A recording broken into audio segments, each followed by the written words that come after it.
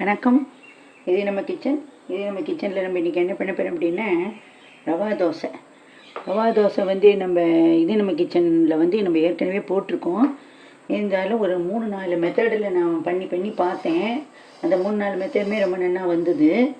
நம்ம இன்றைக்கி வெங்காயம் போடாமல் இன்னொரு மெஷர்மெண்ட், ஒவ்வொரு தடவையும் ஒவ்வொரு மெஷர்மெண்ட்டில் ஒரு 4-5 மெத்தட்மெண்ட் நான் பண்ணி பார்த்ததில் எல்லாமே நல்லா தான் வருது. இது 2வது மெஷர்மெண்ட்டில் பண்ணுறேன்.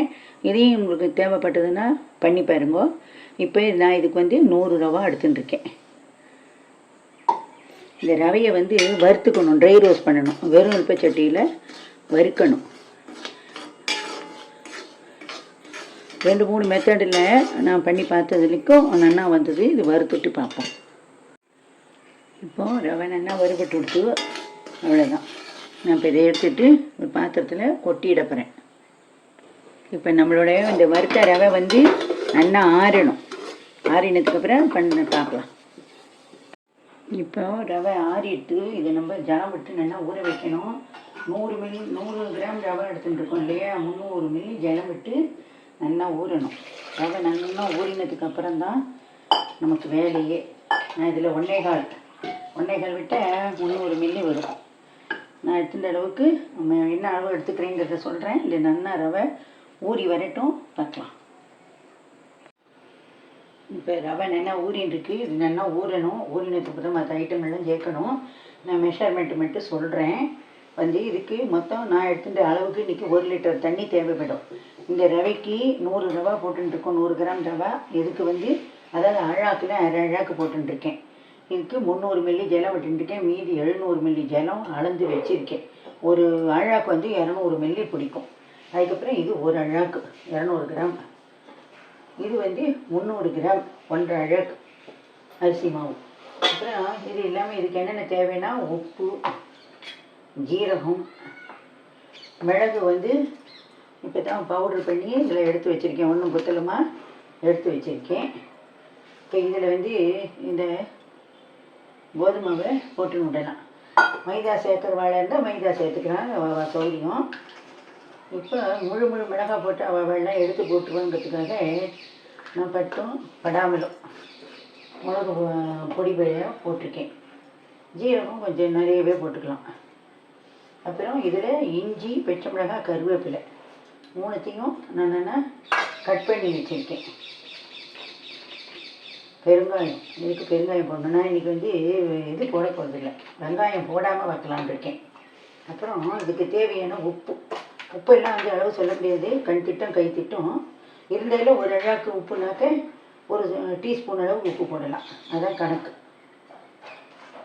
இப்போ இதெல்லாம் போட்டாச்சு. ரவை நல்லா ஊறி வரட்டும். அதுக்கப்புறம் எப்படி என்ன பண்ணுறதுங்கிறத பார்க்கலாம். இப்போ நம்மளுடைய ரவா வந்து நல்லா ஊறிடுத்து. இப்போ இதில் நம்ம மிக்ஸ் பண்ணின மாவெல்லாம் கலந்து விடலாம். சில பேர் என்ன பண்ணுவா, இந்த ரவையை வந்து ஜலத்தை ஒட்ட வடிச்சுட்டு மிக்சியில் போட்டு ஒரு அரைச்சி விடுவா. அதுமாரி பண்ணலாம்.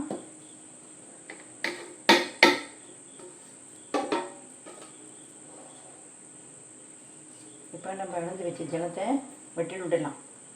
ஆக்சுவலாக நம்ம சப்ஸ்கிரைபர் ஒருத்தர் மகா நிவேத் அப்படிங்கிறவா வந்து எனக்கு வந்து கமெண்டில் கொடுத்துருக்கா.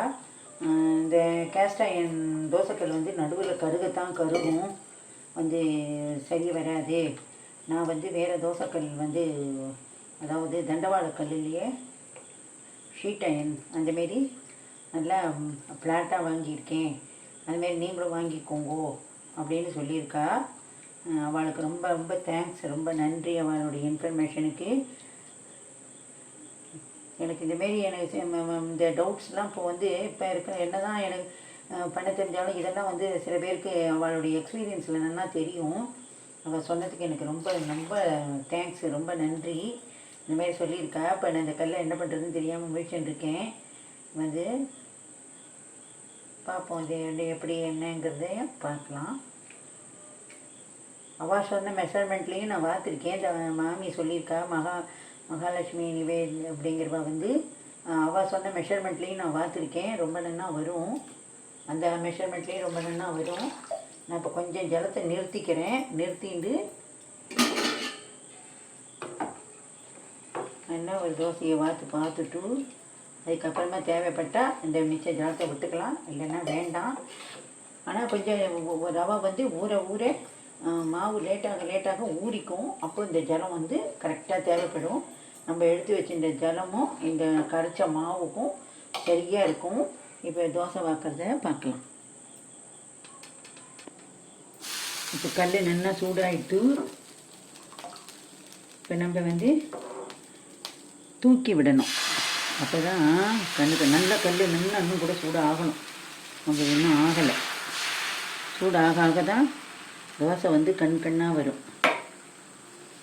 இப்போ நம்ம அந்த எண்ணெயை விட்டுன்ட்டு சுற்றி எண்ணெயை விட்டுக்கலாம்.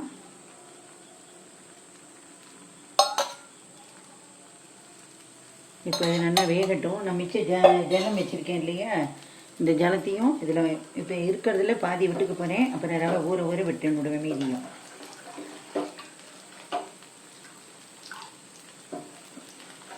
இப்போ எல்லாத்தையுமே நான் விட்டுவிட்டேன். எல்லா தண்ணியும் நான் விட்டுவிட்டேன். கரெக்டாக இருக்கும். இது ரவா தோசை வேகட்டும், பார்க்கலாம். இப்போ நம்மளுடைய தோசை வெந்து வருது. இதை எடுத்துட்டு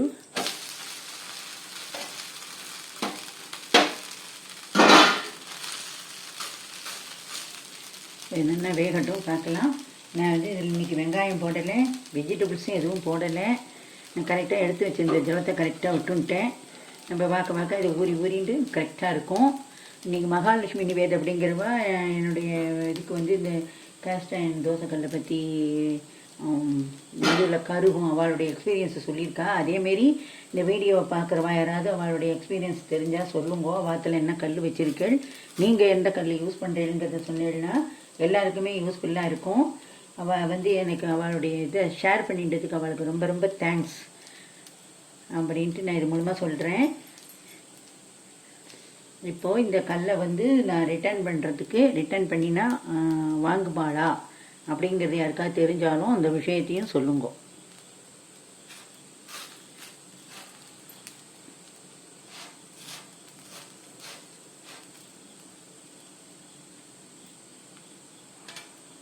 இப்போ இந்த தோசை வெந்துடுத்து இதை நான் வந்து எடுத்து விட்றேன்.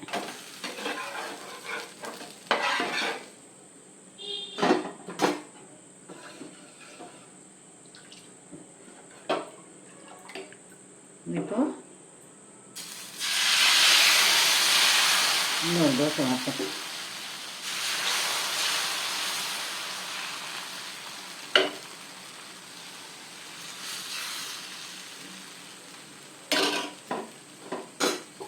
இப்போ இதுக்கு எண்ணெய் விட்டுக்கணும். நம்ம சுற்றி எண்ணெய் விட்டுன்ட்டு அப்புறம் இந்த ஹோல்ஸுக்கும் கொஞ்சம் எண்ணெய் விடணும்.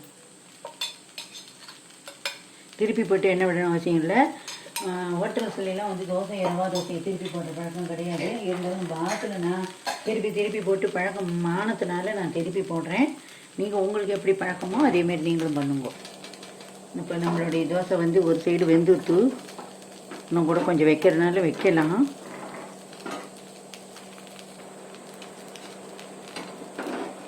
வெந்துடுச்சுன்னா அப்படி தானாக எழும்பி வந்துடும்.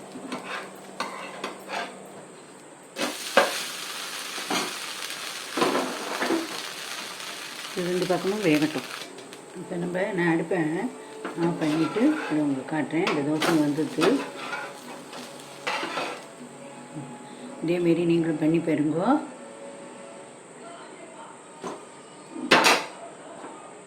இதேமாரி நீங்களும் பண்ணிவிட்டு உங்களுக்கு எப்படி வந்தது என்னங்கிறது இதே மெஷர்மெண்ட்டில் சொல்லுங்க. நான் 5-6 மெஷர்மெண்ட்டை பண்ணியிருக்கேன்.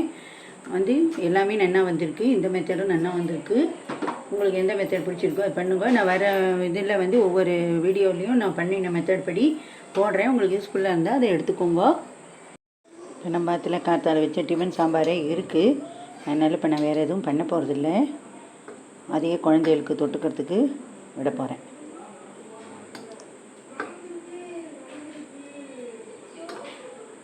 நீங்களும் இதேமாரி பண்ணி பாருங்க. நன்றி, வணக்கம்.